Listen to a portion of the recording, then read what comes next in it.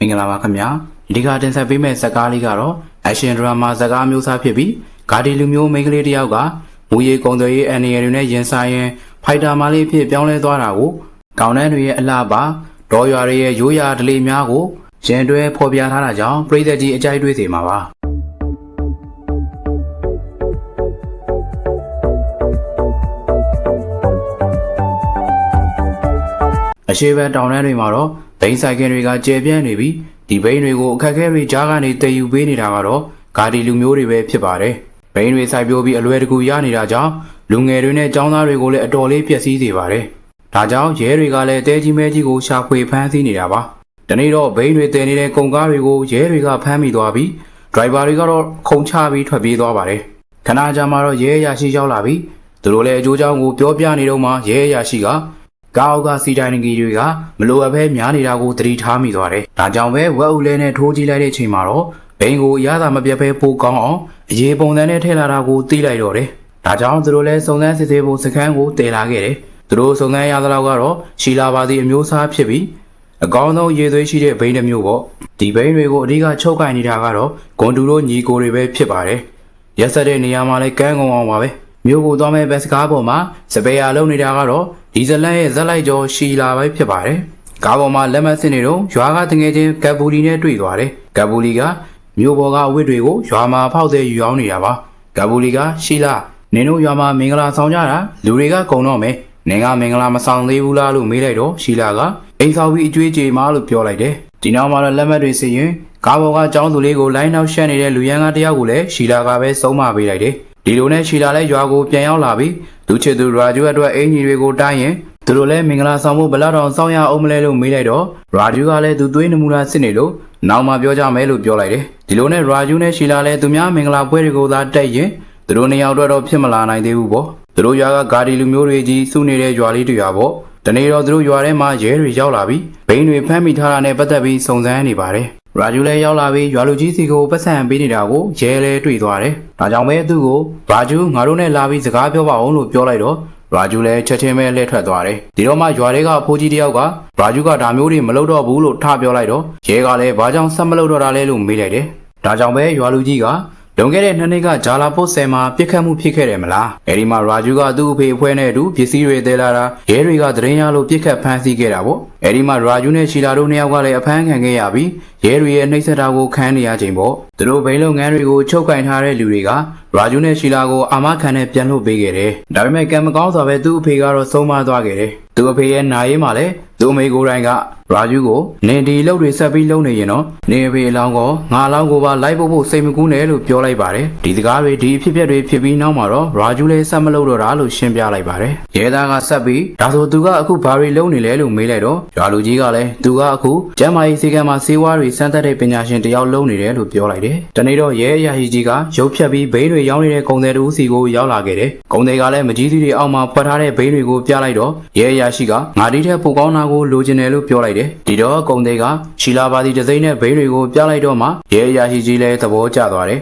နောက်တော့သူကဘိန်းကိုအရေးဖြစ်ထုတ်လုပ်နေတာကိုပါပြောပြပြီးသတင်းနှိုက်ထုတ်လိုက်တယ်နောက်ဆုံးမှာတော့သူတို့လည်းအကြက်ကိုင်းပြီးမေးတော့မှသူတို့ကဒီတစ်ပတ်တောက်ကြနေဘူတာမှာငွေချေကြမယ်ဆိုတာသိသွားတယ်ဆက်လက်ပြီးကုန်တွေကသူတို့ကဘသူတွေဘလို့ပုံစံဆိုတာကိုမသိဘူးဘိန်းတွေကိုလည်းဆိုင်ရှိကိုလာချပေးသွားတာငွေချေတာကိုလည်းဘူရာယုံမှာပဲထားခဲ့ရင်ရပြီလို့လည်းပြောလိုက်တယ်ဒီတော့ရဲအရာရှိကလည်းဒီတစ်ပတ်သူတို့ငွေချေတာကိုဘူရာမှာလာယူရင်တခါတည်းဖမ်းလိုက်ကြမယ်လို့ပြောရင်အစီအစဉ်တွေဆွဲကြပါတယ်တောက်ကြနေမှာကုန်တွေကထုံးစံအတိုင်းပတ်စံကိုယထာဘူရာမှာထားခဲ့လိုက်တယ်ဒါကိုရဲတွေကတေချာကိုလူရင်အပြည့်နဲ့စောင့်ကြည့်နေတာပါရုတ်တရက်မှာပဲရာဂျူကယထာဘောကနေဆင်းလာပြီးပတ်စံတွေထားတဲ့နေရာကိုရှောက်လာပါတယ်ဒါကိုသတိထားမိသွားတဲ့ရဲရရှိကရာဂျူနောက်ကိုနောက်ယုံခံလိုက်ပါတော့တယ်ရာဂျူလည်းချက်ချင်းဆိုသလိုပဲသူရဲ့အပေါ်အင်ကြီးကိုချွတ်လိုက်ပြီးလက်ထဲကရေဘူးကိုဘေးကနယံပေါ်ကိုတင်ရင်အချက်ပြလိုက်ပါတယ်ရာဂျူချက်ပြပြီးနောက်မှာပဲရှီလာကရဲရရှိကိုစေကန်းဘယ်နားမှာရှိလဲလို့မေးရင်အာယုံလွှဲနေပါတယ်ဒီအချိန်မှာတော့ရာဂျူကပတ်စံထည့်ထားတဲ့အိမ်နဲ့အိတ်ကိုအရင်ယူပြီးပြေးပါတော့တယ်ဒါကြောင့်ရဲအရာရှိကလည်းရှီလာကိုမအားတဲ့အကြောင်းပြောပြီးသူလူတွေကိုရာဂျူနောက်ကိုလိုက်ခိုင်းပါတော့တယ်သူကိုယ်တိုင်လည်းရာဂျူနောက်ကိုအပြေးလွှားလိုက်လာခဲ့တာပေါ့ဒါပေမဲ့အိတ်တွေတည်ရင်ပြေးနေတဲ့ရာဂျူကသူတို့ထက်ကိုတွက်လက်စွာပဲလှုပ်ရှားနေပါတယ်နောက်ဆုံးမှာတော့ရာဂျူလည်းသူ့ကိုလာခေါ်တဲ့ကားပေါ်ကိုပြေးတက်လာနိုင်ခဲ့တယ်ကားမောင်းနေတာကတော့တခြားသူမဟုတ်ပါဘူးရှီလာပဲဖြစ်ပါတယ်ဒါအပြင်ရာဂျူကလည်းအိတ်ထဲကနေရဲတွေတက်ထားတဲ့ခြေရာခံသက်ကိုလွှတ်ပစ်လိုက်ရင်သူတို့နှစ်ယောက်လည်းသူတို့အကြောင်းတွေကိုပြန်တွေးရင်းမောင်းလာခဲ့တယ်သူ သူတို့ကတော့ဂါဒီလူမျိုးတွေထဲမှာအတော်ဆုံးဂါဒီနှစ်ယောက်ပေါ့တစ်ဖက်မှာလည်းရဲတွေကစားတောင်းနေရင်ရဲရာရှိကကင်းကောင်ဆိုတဲ့ဒေသခံရဲတယောက်ကိုဂါဒီတွေကဘာတွေစားကြတာလဲသူတို့ကအတော်ကိုတန်မာကြတယ်အလေးပင်တွေတဲပြီးပြေးတာတော့ငါတို့ကမလိုက်နိုင်ဘူးဖြစ်နေတယ်ဒီတစ်ခါတော့ကင်းကောင်ကကျွန်တော်ဂါဒီလူမျိုးတွေရဲ့ရွာထဲမှာစုံစမ်းနေတာအကြောင်းထူရင်ကျွန်တော်ပြောမယ်လို့ပြောလိုက်တယ်တကယ်တော့ကင်းကောင်ဆိုတဲ့ရဲကလည်းဘိန်းတွေချုပ်ကင်နေတဲ့ဂွန်တူတို့ညီကိုတွေနဲ့ပူးပေါင်းနေတာပါဂွန်တူတို့တွေကလည်းဂါဒီလူမျိုးတွေကိုစိတ်ဆိုးနေကြပါတယ်ဂါဒီတွေကအခုဆိုရင်ငါတို့စိုက်တဲ့ဘိန်းတွေကိုပါခိုးပြီးရောင်းလာကြတယ်သူတို့အတော်တင်ရဲနေတာဒါကြောင့်သူတို့ရဲ့စကန်တွေကိုတိအောင်စုံစမ်းလို့ပြောလိုက်တယ်ဂွန်တူတို့တွေကလည်းစိတ်ကန်းတွေနဲ့ကူးစမ်းရောင်းဝယ်ရေးမှာအာဏာရတဲ့လူတွေနဲ့ပူးပေါင်းပြီးလုပ်ကင်နေကြတာပေါ့ရွာတွေကမင်္ဂလာဆောင်တစ်ခုမှာရှီလာကိုအဖွားဦးတယောက်ကအိမ်တော်မပြူသေးဘူးလားလို့ပြောလိုက်တော့ရှီလာကဘုရားမှာသူလိုချင်တဲ့အကြောင်းကိုအမြဲတမ်းဆူတောင်းပေးပြီးသွားပြီးဖြစ်မလာသေးတာကတော့သူမရဲ့ကံပဲလို့ပြောရင်မင်္ဂလာကျိုးကိုသူမရဲ့လက်မှာချီလိုက်တယ်ဒါကိုတွေးသွားတဲ့အဖွားဦးကလည်းစိတ်မကောင်းဖြစ်ပြီးရာဂျူကိုတွေးတာနဲ့မင်းကရှီလာအတွက်အဖေဆိုလဲဟုတ်တယ်အမေဆိုလဲဟုတ်တယ်မင်္ဂလိတယောက်ကအကြာကြီးစောင့်နေရရင်မင်္ဂလာကျိုးကအတိတ်ပဲမဲ့လာတယ်လို့ပြောရင်ရှီလာကိုလက်ထပ်ဖို့တိုက်တွန်းလိုက်တယ်ဘေးကဂပူလီကပါဝင်ပြောနေတော့ရာဂျူလည်းရှီလာစီကိုရှောက်လာရင်မင်္ဂလာကျိုးကိုငါ့ရဲ့လက်မှာချီလိုက်လို့ပြောလိုက်တယ်ရှီလာကအံ့ဩစွာကြည့်နေတော့မင်းနဲ့ငါကငငယ်လေးတွေက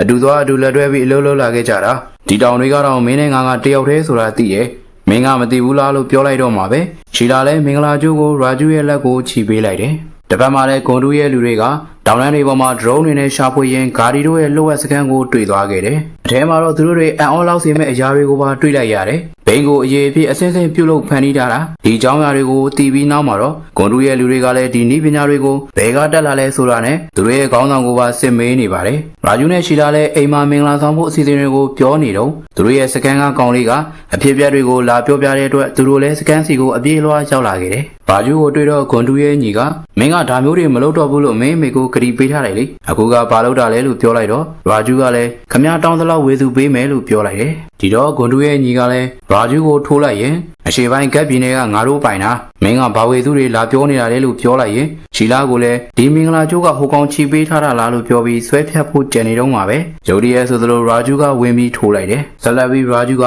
ဂါဒီတွေကကူကေရမဲ့တွေမဟုတ်ဘူးငါတို့ကိုတွန်းအားပေးရင်တော့အဆုံးထိမိုက်မဲ့ကောင်တွေလို့ပြောပြီးဂွန်တူရဲ့လူတွေနဲ့ချပါတော့တယ်နောက်ဆုံးမှာတော့စကန်ကလူတွေရဲ့ရာဂျူနဲ့ရှီလာတို့ပေါင်းပြီးဂွန်တူရဲ့လူတွေကိုတိုက်ခိုက်နိုင်ခဲ့တယ်ဂွန်တူရဲ့ညီကိုယ်တိုင်လည်းဘိန်းရေဖြောထားတဲ့ကန်တွေကိုကြားသွားခဲ့ပြီးအဆက်ကွဲခဲ့ရတယ်နောက်တော့ရာဂျူကဥဆောင်ပြီးဘိန်းလုပ်ငန်းတွေကိုဦးစီးပြီးလှုပ်ဆောင်နေတဲ့ဂွန်တူတို့နဲ့ဇီဝဘက်ကုံသွေးအာနာပိုင်တွေနဲ့တွားရောက်ညှိနှိုင်းခဲ့တယ်သူတို့ဇီဝရေးတွေအတူတွဲလုပ်ဖို့ပေါ့ညှိနှိုင်းမှုအနေနဲ့ကတော့ဂွန်တူရဲ့ညီကိုအသက်ချမ်းသာပေးရင်ထားခဲ့လိုက်တယ်ဒီအကြောင်းတွေကိုတီးသွားတဲ့နောက်မှာတော့ဂွန်တူကဂါဒီတွေကိုနှိမ်နှင်းမှုပြောလိုက်တဲ့အချိန်မှာအာနာပိုင်တွေကသူတို့နဲ့စီးပွားဘက်ရင်ငါတို့တွေအကျိုးမြတ်များပြီးရနိုင်တယ်လို့ပြောပြီးရာဂျူတို့စကန်စီကိုအလွယ်သွားဖို့ပါစီစဉ်လိုက်ကြတယ်။ဒါကြောင့်ပဲဂွန်တူတို့ညီကိုတွေကနောက်ွယ်မှာတိုင်ဝင်းနေခဲ့တယ်။ရာဂျူရဲ့ကောင်မလေးနာမည်ကဘာလို့ဘိန်းတစ်မျိုးရဲ့နာမည်ဖြစ်နေတာလဲလို့မေးလိုက်တော့မှသူမရဲ့အမေကသူမမွေးခါနီမှာသူတို့ရွာပြင်ကြောက်တိုင်းမှာမတ်တရက်စေပြီးကျိုးနဲ့တုတ်ခံရတဲ့အတွက်သူမကိုမွေးဖွားရမှာအခက်အခဲဖြစ်နေခဲ့တာပါ။အဲဒီအချိန်မှာရာဂျူကနီးစပ်ရာကအရွက်တွေကိုရှာဖွေပြီ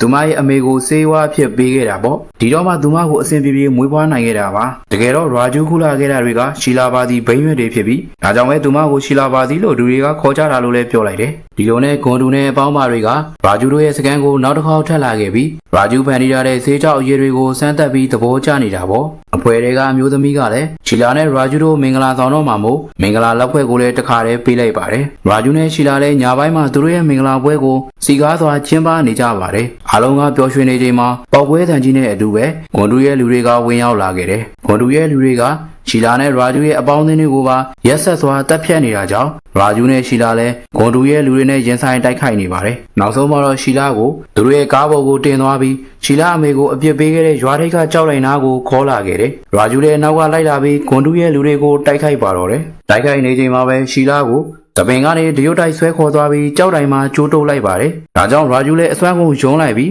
ရှီလာစီကိုပြေးလာခဲ့တယ်။ဒီချိန်မှာတော့ဂွန်တူကိုယ်တိုင်ပဲရာဂျူကိုနောက်ကနေတနက်နဲ့ပြစ်လိုက်ပါတော့တယ်။ဒဏ်ရာတွေနဲ့လဲနေတဲ့ရာဂျူရဲ့ရှေ့မှာပဲရှီလာကိုအဝိဗလာနဲ့ရက်ဆက်စွာထားခဲ့တယ်။နောက်ဆုံးမှာတော့ရာဂျူလည်းတည်ဆုံးသွားခဲ့ပါပြီ။ရာဂျူတည်ဆုံးပြီးနောက်မှာတော့ရှီလာကသူ့ရဲ့အကြံတွေကိုအောင်မြင်အောင်လုပ်ဖို့တန်ဋိဌာန်ချလိုက်တယ်။ရာဂျူတို့ရဲ့ဂါတီရွာလေးမှာတော့လူငယ်တွေကိုဘိန်းတယ်ဖို့မကြာခဏလာခေါ်ခံရတယ်။လိုက်သွားတဲ့သူတွေကလည်းအကြောင်းမျိုးမျိုးကြောင့်တည်ဆုံးရတာကများတယ်။ဒါပေမဲ့တည်ဆုံးသွားရင်လည်းသူတို့ကရော်ကြီးအနှဲငယ်ကိုရွာလူကြီးကနေတဆင်ပို့ခိုင်းနေတာပါ။ဒါကြောင့်ရာဂျူကသူ့ကိုယ်တိုင်သူ့အမေကိုပေးထားတဲ့ခရီးကိုဖျက်ပြီး နောက်ွယ်ကနေဘိန်းတွေကိုခိုးထုတ်နေတာပါအဲဒီကရတဲ့ငွေကနေတဆင့်ဇာတင်ကျောင်းအသစ်တွေစိတ်ယုံအသစ်တွေကိုလည်းစောင့်နေတာပေါ့ရှီလာလည်းသူမတို့ရဲ့လိုဝက်စခန်းကိုပြန်သွားပြီးဘိန်းတွေကိုဆက်လုံးနေတဲ့ဂွန်တူရဲ့လူတွေကိုဆုံးမပေးလိုက်ပါတယ်ရာဂျူမရှိတော့တဲ့နောက်ပိုင်းသူမဟာပိုပြီးတန်မာလာခဲ့တယ်သူမကိုဖမ်းဖို့သူမထွက်မလာရင်ရာဂျူရဲ့အုပ်ကူကိုဖော်ဖို့ကြိုးစားနေတဲ့ဂင်းကောင်ဆိုတဲ့ရဲကိုလည်းကားပေါ်မှာပဲခေါင်းဖြတ်တက်ပစ်လိုက်တဲ့အတွက်ဂွန်တူတို့ကိုယ်တိုင်အောင်တုန်လှုပ်သွားခဲ့တယ်ဒီသတင်းကသတင်းစာတွေထဲမှာပါနာမည်ကြီးကုန်တော့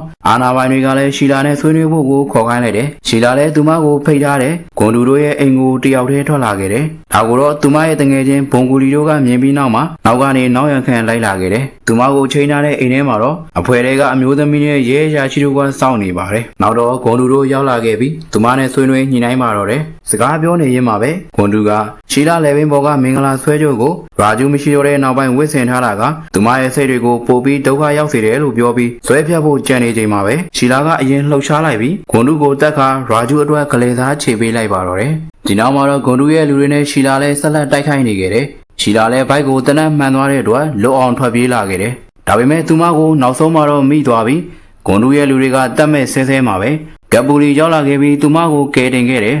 နောက်တော့အနီးနားကရွာလေးကိုခေါ်သွားပြီးရှီလာကိုဆေးကုသပေးလိုက်ကြတယ်မနက်ရောက်တော့ဇစ်လိုင်းစီပြီးတစ်ဖက်တောင်ပေါ်ကိုလိုက်ဖို့ပေးနေချိန်မှာပဲ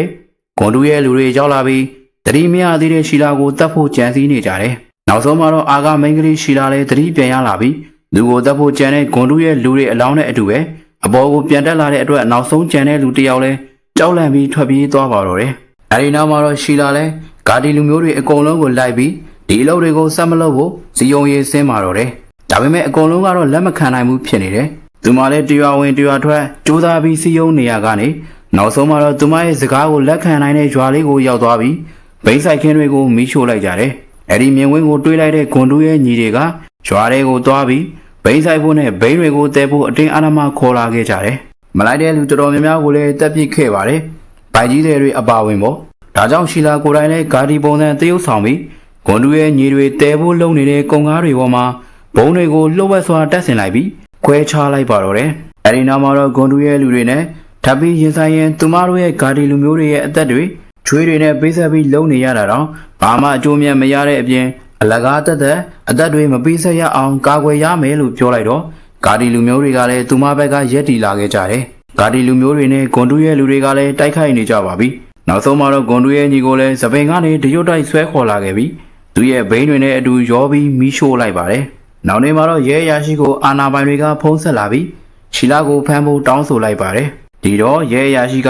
သူတို့တွေတောင်တလားတစ်ခါဟန်ပြပြီးဘိန်းပင်လေးအနှဲငယ်ကိုမီးရှို့နေရတာရှီလာကတော့အရှိဘက်ကက်ပြည်နယ်တစ်ခုလုံးကဘိန်းဆိုင်ခင်းတွေအကုန်လုံးကိုမီးရှို့နေတာသူမကတော့0ကနေဟီးရိုးဖြစ်သွားပြီလို့လည်းတွေးလိုက်တယ်ဒီနောက်မှာတော့အရှိဘက်ကက်ပြည်နယ်ကလူတွေနဲ့ဂါဒီလူမျိုးတွေအားလုံးလည်းရှီလာကိုသူတို့ရဲ့သူရဲကောင်းအဖြစ်လက်ခံလာကြရင်ဇလန်လေးကလည်းပြီးဆုံးသွားပါပြီအခုလိုအဆုံးထိကြည့်ရှုပေးတဲ့အတွက်ကျေးဇူးအများကြီးတင်ပါတယ်